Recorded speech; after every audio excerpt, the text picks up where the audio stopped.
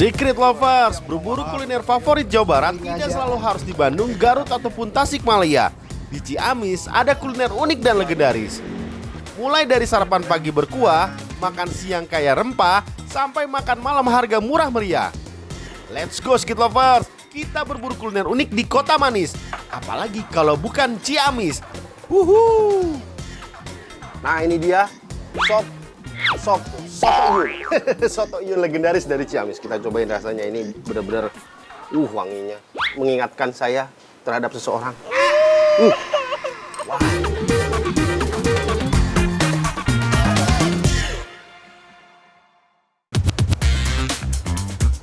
Banyak yang berpikir kalau sarapan orang Ciamis gak jauh dari bubur ayam seperti di Sukabumi ataupun kupat tahu di Tasikmalaya. Tapi ternyata orang Ciamis sarapannya soto daging kuah bening. Warung Soto Iyun tak jauh dari alun-alun Ciamis ini merupakan warung soto tertua se-Kabupaten Ciamis.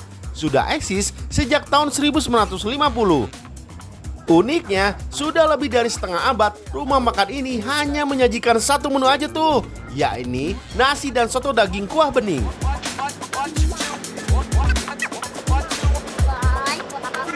Nah ini dia soto legendaris dari Ciamis. Sebenarnya yang legendaris bukan sotonya, tapi meja pemotong dagingnya. Kalau dilihat dia bentuknya ngelengkung gini nih, harusnya kan datar nih ngelengkung gini. Cuman ini mejanya terbuat dari apa sih meja pemotong ini? Ini dari kayu asam. Karena kalau misalkan kayu yang lain biasanya kayu asam lebih kuat. Lebih kuat? Iya. Kalau kayu yang lain itu ada gimana? Cepet belah atau enggak terkikis, cepet habis. Papan pemotong daging yang dipakai umurnya sudah 5 tahun. Sebenarnya sudah tidak terhitung lagi berapa kali papan pemotong daging diganti. Soalnya kalau sudah ada celah aus apalagi sampai bolong, itu tandanya harus diganti. Karena retakan pada kayu bisa membuat dagingnya tersangkut ketika dipotong. Walaupun selalu diganti, pemilik warung tetap memesan ke tempat yang sama, yaitu pengrajin kayu di daerah Pasir Kadu.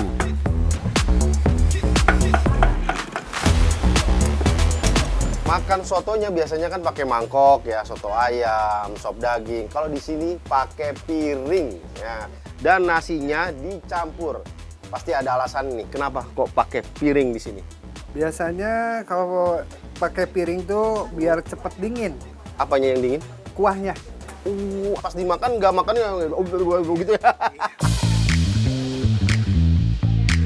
Kalau di sini, sotonya dicampur dengan nasi, ditambahkan bihun di atasnya, lalu disiram kuah bening dengan taburan kacang kedelai goreng dan bawang goreng.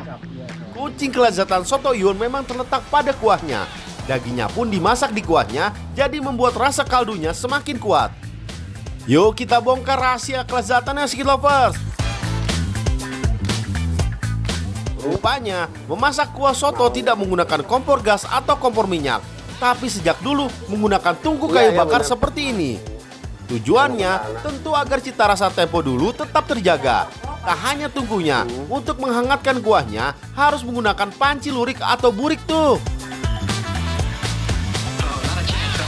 Kenapa dia pakai panci lurik atau panci burik ini?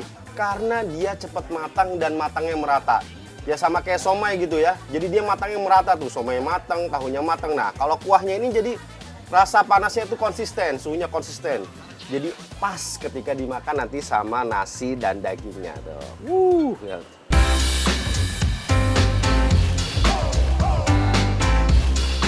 Orang Ciamis terbiasa menambahkan kecap pada soto agar rasanya lebih manis. Sekilas soto ini mirip soto Bandung ya, karena ada tambahan kacang kedelai gorengnya. Bedanya sih, soto Iyun khas Ciamis tidak menggunakan lobak. Kalau di sini menggunakan daging sengkel dan khas dalam.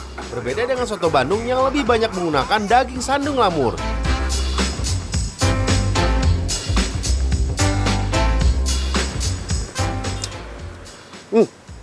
Wah, enak Kang.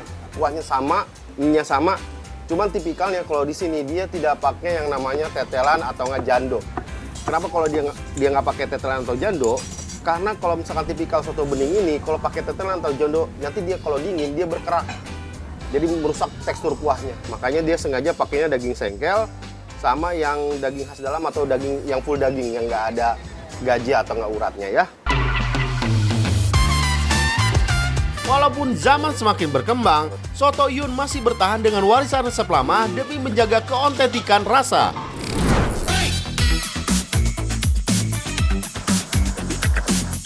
Bergeser ke perbatasan Tasikmalaya dan Ciamis, tepatnya di daerah Cihaur Beti, ada kedai yang menyediakan menu ayam dan bebek rica-rica. Eits, ini bukan rica-rica khas Manado ya, tapi ayam rica-rica khas Ciamis.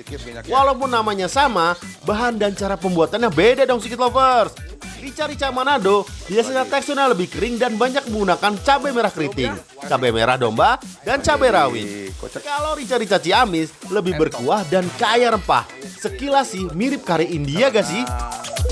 Masukin itu bebek. Wah, pahanya. Kok saya beda sih kelihatannya? Saya kalau di Chinese food tuh ada bumbu merah, agak merah, ada bumbu banyak. Ini kayak malah kayak wangi-wangi kari India. Iya, betul. Karena saya dulunya belajar di luar ya, seperti di Malaysia, di Thailand, kebanyakan saya pakai rempah. Jadi bumbu rempah yang ada di Indonesia ini saya pakai di sini. Seperti kapolaja, merica semua ada di sini. Jadi wanginya juga kan lain. Jadi emang berarti ini rica-rica versi Melayu, betul? Ya, betul. Ada lagi nih yang beda Sikit Lovers. Biasanya kalau masak rica-rica khas Manado, ayam atau bebeknya dimasak dengan bumbunya sampai meresap. Kalau rica-rica Ciamis, ayamnya sudah diungkep dulu dengan bumbu kuning. Setelah itu, baru deh dikukus sampai setengah matang. Karena ayam dan bebeknya sudah hampir matang, jadi masak bumbu rica-ricanya nggak perlu terlalu lama. Cukup 5-7 menit saja. Kenapa ini nggak digoreng dulu? Karena nanti kalau digoreng, bumbunya si rica-rica ini nggak nyerap.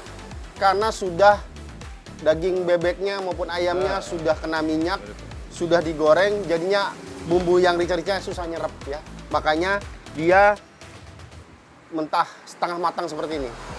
Baru kita kasih bumbu rica-rica ya.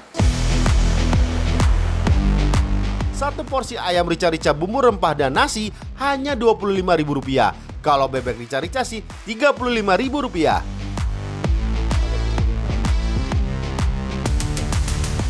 Unik ya. Biasanya kalau rica-rica itu dominannya pedas. Kalau ini malah berkuah agak gurih. Jadi seperti kayak kari ya. Mau coba kuliner malam yang tak biasa? Yuk mampir ke Jalan Nasional 3 dekat alun-alun Ciamis. Ada warung gorengan yang beda dari yang lain. Boleh dibilang, gorengan ini termurah se-Jawa Barat. Gimana enggak? Satu gorengan harganya cuma Rp100 aja loh. Bener ini harganya Rp100 bala-bala. Betul, 100-an. Dulu emang berapa teh harganya? Dulu pertama buka masih harga Rp5. Rp5. Sekarang 100. Iya. Warung Bala-Bala Komar ini terbilang warung legendaris. Soalnya sudah eksis sejak tahun 1975. Dulu, Pak Komar sang perintis hanya berjualan combro mini seharga 5 perak. Namun sejak bahan baku singkong sawah semakin jarang ditemukan dan harganya mahal, akhirnya menu combro yang dulu menjadi andalan diganti dengan bala-bala atau bakwan.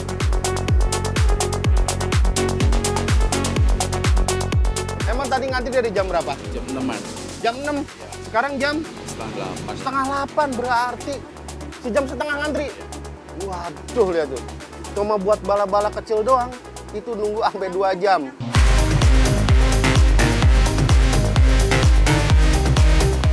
Dalam sehari, warung ini bisa menghabiskan adonan untuk bala-bala sekitar 28 kg. Untuk gorengan tempe dan tahu 10 kg. Asiknya, gorengan di sini dibuat dadakan, jadi masih hangat. Ada juga gehu dan tempe goreng loh. Selain itu, berbagai lauk seperti daging ayam, pepes, piritan, dan aneka sate-satean. Biar makin kenyang, di sini disediakan nasi timbel, sambal tomat, dan sambal terasi. Untuk harga, murah banget. Cuma Rp2.000 aja untuk nasi timbel dan sate-sateannya. Cuman kalau bikin gini ada takarannya nggak sih? Ada, seujung senok. Oh, segini?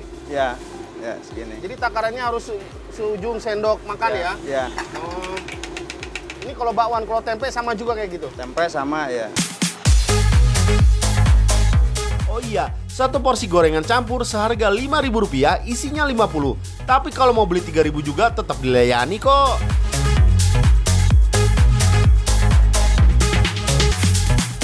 Ini harga ini 6.000. Rp6.000 sebanyak ini. Cuman antrinya bisa sampai 1 jam. Kalau untuk gorengannya yaitu harus antri, ya harus sabar-sabar aja. Ini 6.000 segede gini nih, banyak banget kan? Walaupun tidak sebesar daerah lain di Jawa Barat, Ciamis punya banyak pilihan kuliner 24 jam ya. Nah, referensi kuliner khas Ciamis tadi bisa jadi opsi buat kalian kalau lagi healing di Ciamis ya.